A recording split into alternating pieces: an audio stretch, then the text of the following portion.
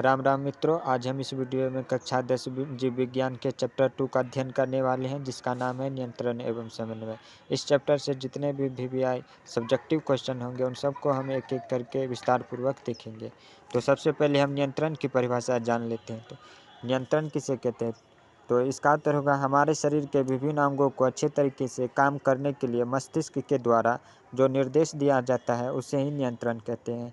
जैसे जैसे शरीर के किसी हिस्से में कुछ हो गया या कट गया तो मस्तिष्क हमारे अंगों को, जैसे हाथ या पैर को, सूचना भेजेगी कि इस जगह कुछ हो गया है या उसके मरम्मत की आवश्यकता है। यदि कट गया तो वहाँ ब्लड रोकने के लिए कुछ क्रिया की जाए।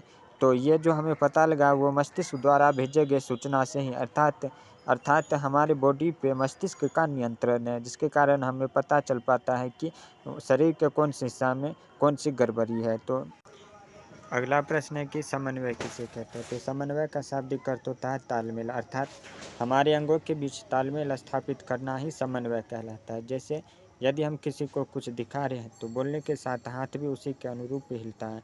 मतलब यदि हम किसी को इशारा करते हुए बोल रहे हैं कि वहाँ जो दूर खड़ा है वह व्यक्ति मेरा भाई है, तो हम बोलने के साथ साथ अपने हाथ को भी उस ओर इशारा करते हुए दर्शाते हैं कि वहाँ जो व्यक्ति खड़ा है वो हम मेरा भाई है। तो अर्थात बोलने के साथ साथ हाथ का भी काम हुआ। तो इन दोनों के कार्यों के बीच जो तालमेल स्थापित करने का कार्य करता है उसे ही समन्वय कहते हैं।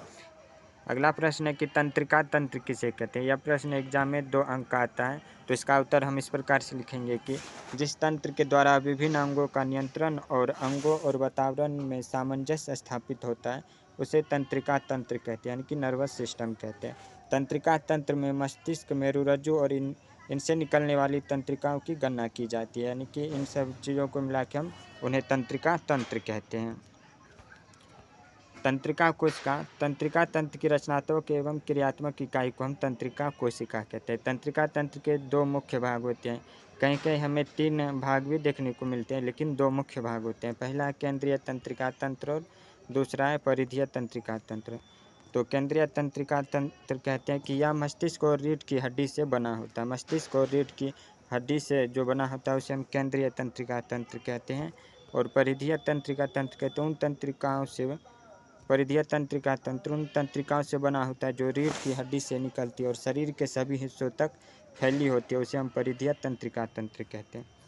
अगला प्रश्न है कि हार्मोन किसे कहते हैं? मित्रों, यह प्रश्न एग्जाम में कई बार पूछा जा चुका है और आगे भी पूछे जाने की संभावना बनी रहती है। तो इसका उत्तर हम इस प्रकार से लिखेंगे कि जटिल कार्बनिक पदार्थ हैं। हार्मोन एक जटिल कार्बनिक पदार्थ है जो सजीवों में होने वाली विभिन्न जैव रासायनिक क्रियाओं जैसे वृद्धि एवं विकास, प्रजनन आदि का नियमन तथा नियंत्रण करता है तथा ये कोशिकाओं और ग्रंथियों से स्रावित होता है। और हार्मोन के बारे में आगे लिखेंगे कि testosterone, oestrogen, progesterone, cortisol, dopamine, oxytocin, इस प्रकार से 230 हार्मोन हमारे शरीर में पाए जाते हैं। ये सभी हार्मोन मानव शरीर के अलग अलग गतिविधियों को नियंत्रण करने का कार्य करती है। अगला प्रश्न है कि हाइट के लिए कौन सा हार्मोन जिम्मेदार है? तो इसका उत्तर होगा वृद्धि हार्मोन। जिस व्यक्ति की हाइट नहीं बढ़ती है तो हाइट बढ़ाने के लिए पानी भी काफ़ी मददगार माना जाता है। ज़्यादा पानी पीने से शरीर से टॉक्सिक सब्सटेंस बाहर निकल जाते हैं। रोज़ाना कम से कम 3 से 4 लीटर पानी पीना चाहिए। शरीर के विकास के लिए खान पान के साथ ही आराम भी जरूरी है। अगर आप नियमित रूप से पूरी नींद लेते हैं तो ये आपकी हाइट बढ़ाने में काफ़ी मदद करती है। हमारा अगला प्रश्न है कि अब हम पौधों में नियंत्रण एवं समन्वय के बारे में देखने वाले हैं। पौधों में नियंत्रण और समन्वय का कार्य पादप हार्मोन नामक रासायनिक पदार्थों द्वारा किया जाता है, जिन्हें हम फाइटो हार्मोन भी कहते हैं। अगला प्रश्न है कि अनुवर्तन गति से आप क्या समझते हैं? तो इसका उत्तर लिखेंगे पौधों की जो गति पर्यावरण उद्दीपन की दिशा में होती है उन्हें अनुवर्तनीय गति कहते हैं। और जैसे सूर्यमुखी के पुष्प का सूर्य की दिशा में घूमना तथा जड़ों का गुरुत्वाकर्षण की दिशा में वृद्धि करना आदि अनुवर्तन कहलाता है। अनुवर्तन 4 प्रकार के होते हैं। पहला प्रकाश अनुवर्तन, दूसरा गुरुत्वानुवर्तन, तीसरा रासायनिक अनुवर्तन और चौथा जलानुवर्तन। इन सबको हम एक एक करके देख लेते हैं। यह प्रश्न एग्जाम में 5 अंक का आता है। यदि आपको इन प्रश्नों का उत्तर सही तरीके से लिखना आ गया तो आप एग्जाम में आपके लिए 5 मार्क कन्फर्म है। तो पहला प्रश्न है कि प्रकाश अनुवर्तन किसे कहते हैं? इसका उत्तर हम लिखेंगे प्रकाश अनुवर्तन पेड़ पौधों के विभिन्न अंगों द्वारा प्रकाश की दिशा में होने वाली गति को प्रकाश अनुवर्तन कहते हैं, जैसा कि आप यहाँ पे चित्र में देख सकते हैं। चित्र में पेड़ पौधों में तना का शीर्ष भाग और पत्ती प्रकाश अनुवर्तन की गति को दिखाता है। हमारा अगला प्रश्न है कि जलानुवर्तन किसे कहते हैं। तो इसका उत्तर हम इस प्रकार से लिखेंगे, जलानुवर्तन पेड़ पौधों के विभिन्न अंगों द्वारा जल की दिशा में होने वाली गति को जलानुवर्तन कहते हैं। जैसे कि यहाँ पे चित्र में दिखाया गया है कि पेड़ पौधों के जड़ों द्वारा यहाँ पे एक बड़ा सा टब है जिसमें एक तरफ पानी की बोतल रखी गई है और दूसरी तरफ पौधे को लगाया गया है, और सिर्फ वाटर का सोर्स बायां साइड रखा गया है, जिनके कारण पेड़ पौधे की जो जड़ें हैं वे बाईं ओर मुड़ती हुई आपको दिखाई दे रही होगी चित्र में। अर्थात चित्र के माध्यम से यह समझाना चाहते हैं कि पेड़ पौधे के विभिन्न जड़ों द्वारा जल की दिशा में जो गति होती है उसे हम जलानुवर्तन कहते हैं।